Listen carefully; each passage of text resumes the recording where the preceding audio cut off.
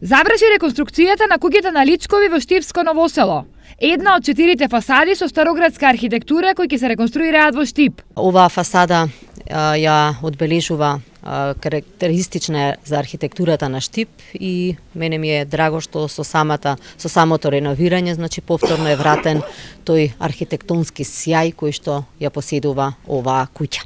Во тек на реализација е реновирањето на една од најстарите галерии на икони во Штип. Онаа сместена во црквата Успение на Пресвета Богородица. Во тој галериски простор ќе бидат изложени многу значајни вредни икони, досега се конзервирани 90 икони. Значи паралелно институцијата ги конзервира останатите икони кои што ќе бидат презентирани во новиот галериски простор на оваа прекрасна црква. Тука ќе имаме и неколку иконостаси, вредни оригинални предмети од црковни обреди. Соработката меѓу општината и Министерството во Штип најдобро се гледа во работата и инвестициите во Штипската библиотека.